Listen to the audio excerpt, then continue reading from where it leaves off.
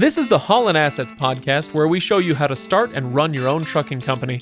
Ever wanted to go out on your own? Follow Chris as he goes through the highs and lows of running on his own authority.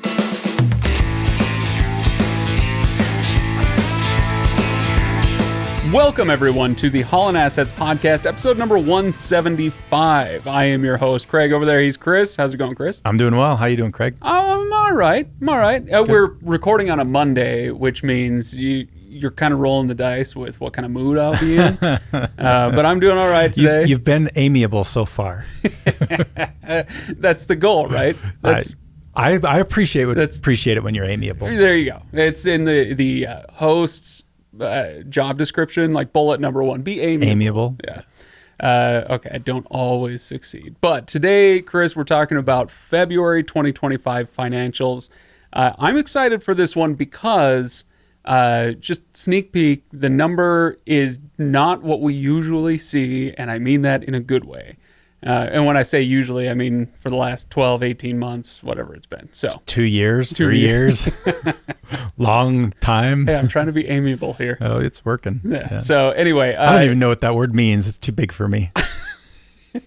It's too French.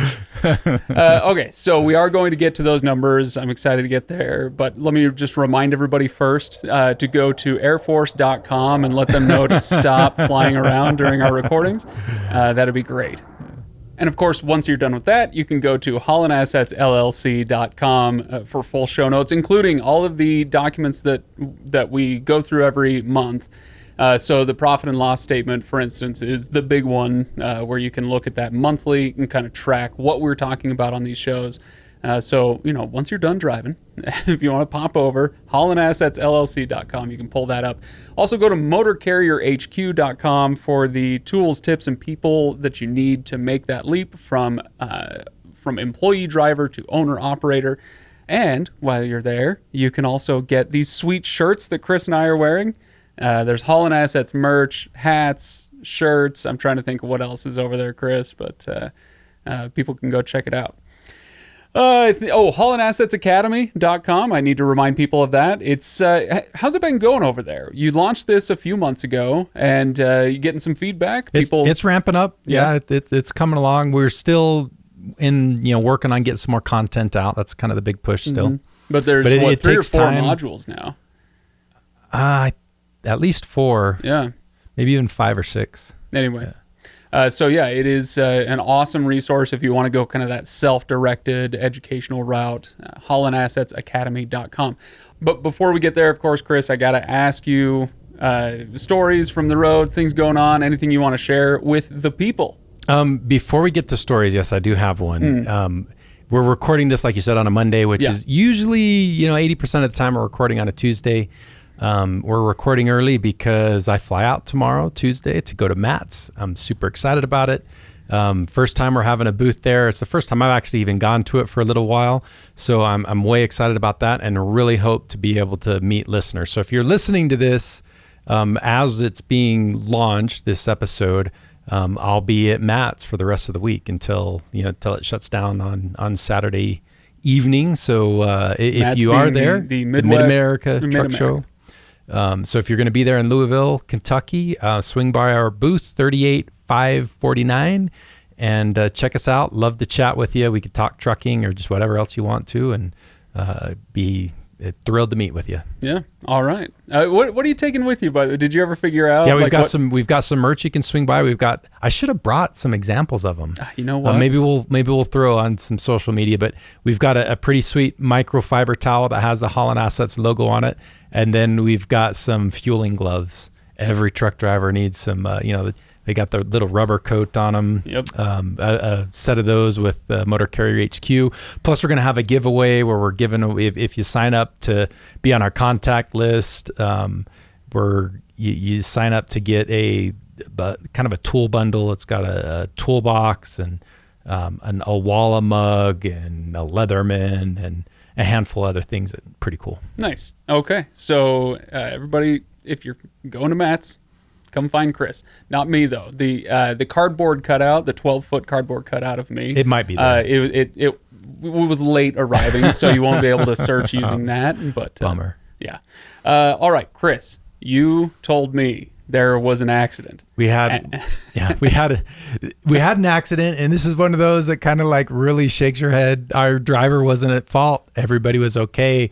So like no repercussions from it, but it was silly. Like people do the strangest, dumbest things that just absolutely make no sense. I'm gonna post the video. We've got dash cam video of it. I'm gonna post it on social media so you can go find the Haulin Assets Facebook page and you'll be able to watch it. But essentially, rush hour traffic. Our driver's going 5 miles an hour, and traffic's merging onto the freeway, and one car merges in front of them, another car, then another car. So the fourth car merges on, everything's okay. And then the fifth car that shouldn't have tried to sneak in and just, with the side of their vehicle, just drilled the front end of the front quarter. Some fender damage. Yeah. Okay. It didn't do much to our vehicle, some scrapes. But what kind of car was it? It was a BMW, okay. The smart rich people. It's funny to me, like the newer cars, they got good safety ratings and all of that, but compared to the steel traps of yore, they're like paper. Oh, yeah. When you get in a certain type of accident, it's like you got a BMW because it's a finely tuned engine in a shell that's going to come apart if it's within 2 feet of a semi truck. Yeah. So another accident. So my daughter got in an accident. Well, she was a passenger in the vehicle, and she was in Texas, and somebody just right in front of her decided to do a U-turn, and so they T-boned the vehicle doing the U-turn, and it's one of those situations where I think she said they were going about 40 miles an hour when they hit, deployed all the airbags, but didn't really cause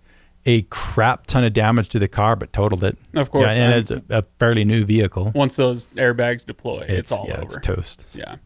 All right, Chris, anything else you want to talk about this week? We did ended up having to replace 2 drivers. 2 decided they were done. Well, for good reasons. They both had good reasons. It's not because they didn't like Haulin Assets. One of them, Jeannie, that's been with us for a really long time. We're going to miss her a ton. She just decided that she's wants to be more of a grandma and hang out with her grandkids and not be out on the road. And you can't blame her for that. Nope. She's been an awesome driver. We're going to miss her a ton. And this is one of those things where a good manager of a company like this is going to price this into your operations and your forecasting. You can't assume that things are going to be straight line projections, and that includes employees. Yeah. And so you have to build in contingencies and time allowance for onboarding new employees, finding new employees. And we're kind of lucky. Both of these, we've already this happened within the last couple of weeks, but we were able to transition both of those trucks very quickly. Like we've got a pool of people that have shown interest in driving for us, and so we actually didn't even have to advertise anything. We were able to get both of those filled. One was with somebody that we have known in the past, and the other one was from a referral from one of our other drivers. Okay.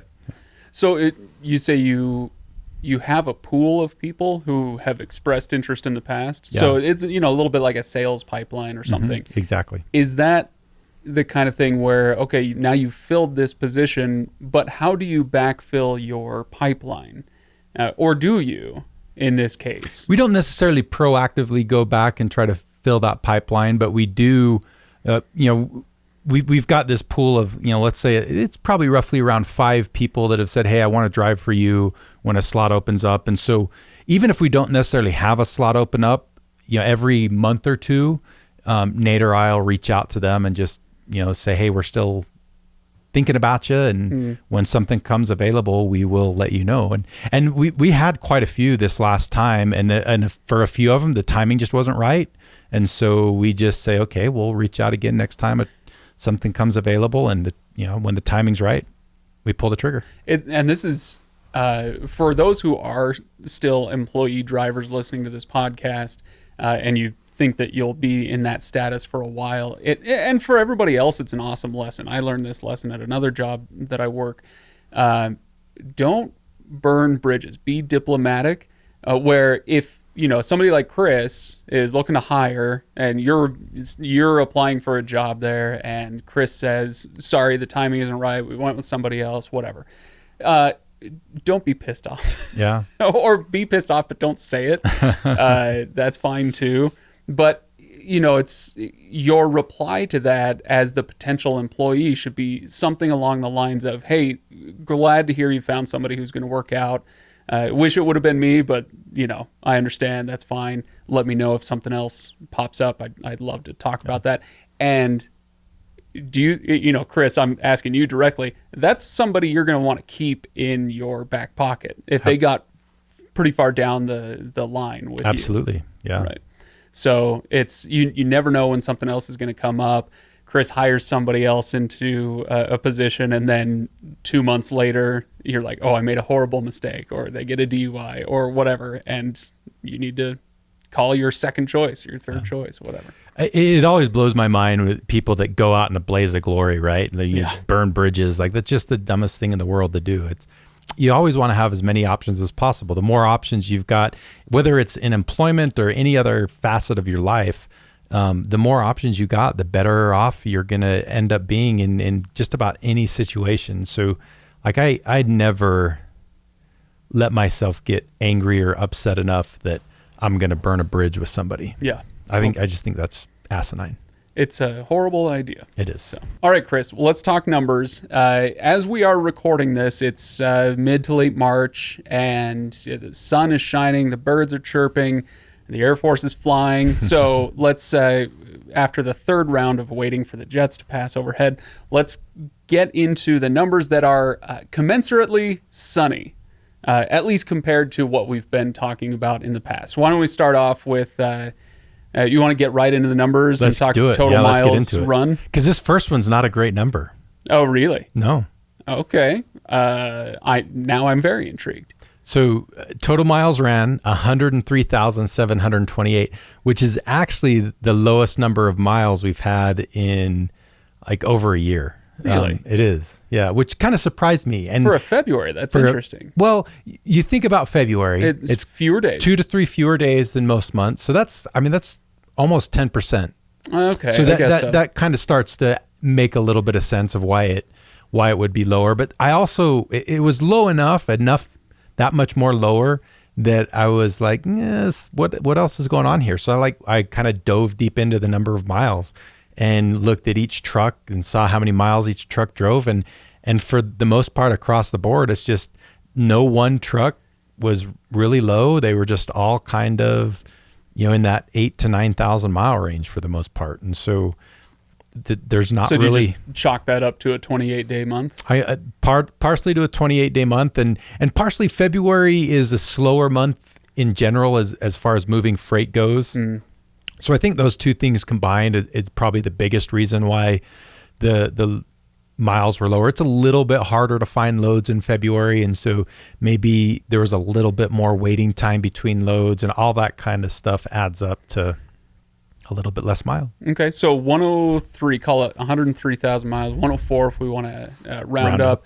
What about Deadhead then? Did that translate to higher Deadhead? No, it was about the same actually, 6,730, which is 6.5%. So pretty normal Deadhead. Okay, and the total revenue overall came to what? So the total revenue was $227,885.97. Okay. So for the number of miles, that's actually... I was just going to say, that means the rate per mile must have been decent. It was pretty good. Okay, what were we at? So the rate per mile was $2.20, which is one of the best we've had in the last year, which for February kind of blows my mind a little bit. So, and I don't really, I've got a couple things. We'll talk a little bit when we get to revenue. There's one thing that definitely impacted that, but that doesn't account for all of it. I think, part of it's just, I don't even want to say it. Well, you have to now. Maybe the market's turning a little bit. I don't know. Maybe. Not anymore, Chris. I know. I just jinxed it. Damn it. Okay. So it's the best rate that we've had in a long, long time. I think since last January of last year. Okay. was the last time we had better than that. 220. Now, is that you say, okay, maybe the market's turning around. Let's cross our fingers and hope so. But have you been able to look at Haulin Assets operations and say, hey, here are some things that we did that put us, higher up on that rate per mile, or is it just all down at this point to the market? There's a few things that we did. We'll talk about it now. Actually, let's do profit first, then we'll move into that. Okay, sure. So the profit for February was $30,707.01. So almost cash flow positive. Like I've talked about, in that $30,000 range is kind of where we're cash flow positive. Very close to that at this point. That's a really good month, especially since it's February. With the lower revenue, the lower number of miles. Like I'm pretty happy with how February turned out. So because, excuse me, I feel like I got a frog in my throat. So because it's February and things went well, the hope is that as the summer months come on and rates naturally are going to come up a little bit more, that you'll be well positioned to look even better as the summer goes. Yep. Right. Okay. All right. So let's talk profit and loss statement then, things that you want to pull out. I actually had some questions on that, but let's start with what you wanted to go over. So the first thing I want to talk about was revenue. And this is part of the reason why the rate per mile was better and the revenue was good despite the low number of miles, or the revenue was decent. We have this customer that we have done onesies, twosies loads for in the past. Like last year, we started doing a little bit for them. Not a ton of volume, but a little bit. Well, in February is actually, it's typically a bad month for us, but it's one of their busier months because they're kind of restocking stuff for the summer. And so we got in on hauled a decent amount of loads for them in February, which are good paying loads. They don't have a huge distance on them, but they're good paying, and we can kind of flip and turn them. And that is at least a good chunk of why that rate per mile was better than it has been. And that's just a testament to one of the things that I've talked about for over the years is, do a good job. And, once somebody trusts you, they're more apt to open the doors and allow things to do more business with you. And that's really what's happened here. We did a little bit for them last year. And then when their busy time came along this year, they're like, hey, we want to rely on you guys more. You've already shown that you can do good work for us. We want to throw more stuff your way. Yeah. We talk, or I should say we've kind of gotten away from this a little bit, but we have talked a lot in the past about building and maintaining relationships, trying to get those direct shipper relationships, all that stuff. And there's a lot of strategies, a lot of tactics you can use to make that happen, as far as how often you contact people and what you're saying to them, and kind of how you're hopefully greasing those skids. But ultimately, the number one thing that you do is be good at your job. Yep. How do you build and maintain relationships? Well, your first job is to deliver a load on time and under budget. Yeah.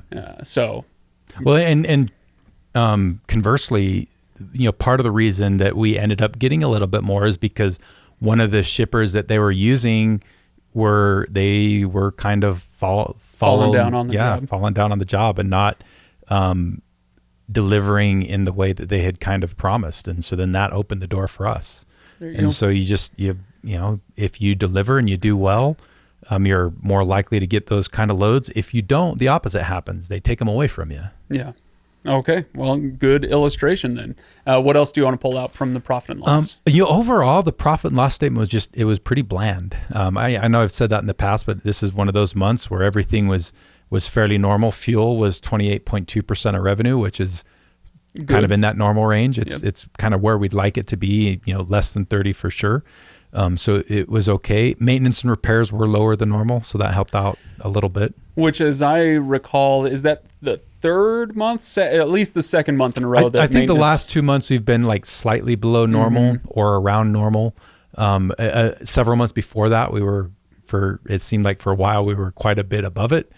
But this one was probably the lowest we've seen in a little while, so it was good. And this would be a good time to remind people of what you say all the time is, hey, when times are good, it's Joseph and the 7 years of plenty, and let's go to Sunday Stash school, everybody. away. Yeah. But yeah, this is a good time to remember, hey, just because our maintenance and repairs were low this month doesn't mean they will be next month, and let's take this opportunity to maybe look for ways we can sock away some of that cash for when it's not so great, right? Absolutely. Yeah.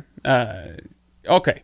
Chris, anything else you want to look at? That's all. I'm ready for your questions. No, Fire away. my question is, it's kind of a basic one. I was trying to put myself in the shoes of our listeners going to haulinassetsllc.com and looking at the profit and loss statement and looking through all these categories that you've got. I was looking through the expenses and noticed, I want to make sure I get the name of it right, but you've got operations pay bolded.